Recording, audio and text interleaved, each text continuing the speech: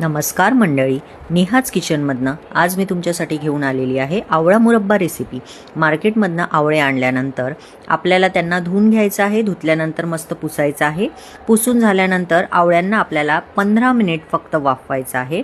आपल्याला वाफवायचं आहे, लक्षात घ्या, उकळायचे नाही आहे आवळे। वाफवून झाल्याच्या नंतर आपल्याला त्यांना मस्त 2 तास उन्हामध्ये कडकडीत वाळवायचं आहे। जर ऊन नसेल तर आपण फॅनमध्ये सुद्धा वाळवू शकतो। आणि फॅनमध्ये वाळवून झाल्याच्या नंतर आपल्याला जेवढा आवळा घेतला तेवढाच आपल्याला साखर घ्यायची आहे। एकदम कमी स्पीडवर आपल्याला पकवायला ठेवायचं आहे दोन्हीही गोष्टी। आणि जसं जसं आवळा किंवा साखर ही थोडी वितळायला लागल्याच्या नंतर आपल्याला एकदम त्यामध्ये 2 ते 3 वेलची आणि दालचिनीचा तुकडा टाकायचा आहे। गॅस हा एकदम कमी स्पीडवर ठेवायचा आहे आपल्याला। झाकण ठेवलं तरीही चालेल। झाकण ठेवून जरा साखर लवकर वितळते आणि मधामधात आपल्याला हलवत राहायचं आहे। चवीप्रमाणे आपल्याला त्यामध्ये मीठ टाकायचं आहे।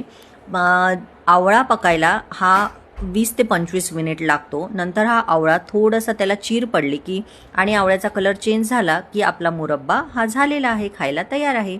Thank you so much.